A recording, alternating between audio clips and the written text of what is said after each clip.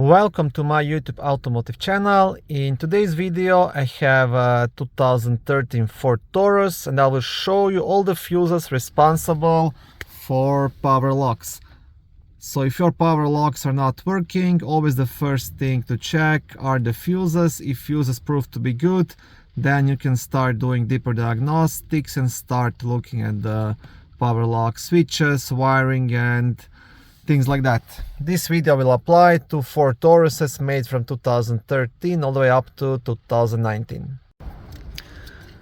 Now all the fuses you need will be located in a small fuse box under the steering wheel. It's kind of hard to access it, but I'll do my best to squeeze my phone inside. So the fuse box is located right here. This is the cover. Now to remove the cover you will have two black clips, one down here and one just on the top. So what you want to do, you want to press both of those clips at the same time and pull the cover towards yourself.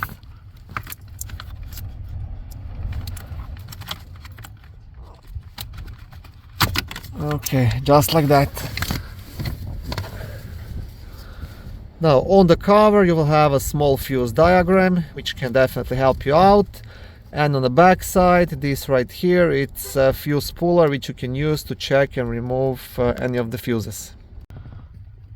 So the first fuse you want to check, it's a fuse number 20, which is a 20 amp fuse located up here, and this is the fuse responsible for power to all lock motor relays.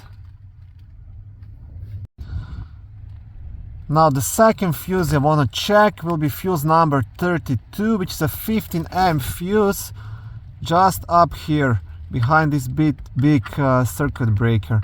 So it's a blue 15 amp fuse. I will try to squeeze my phone inside. It's really hard to show it to you, but this is the one just next to this big circuit breaker. And this is the fuse responsible for power to door lock switch and door lock switch illumination.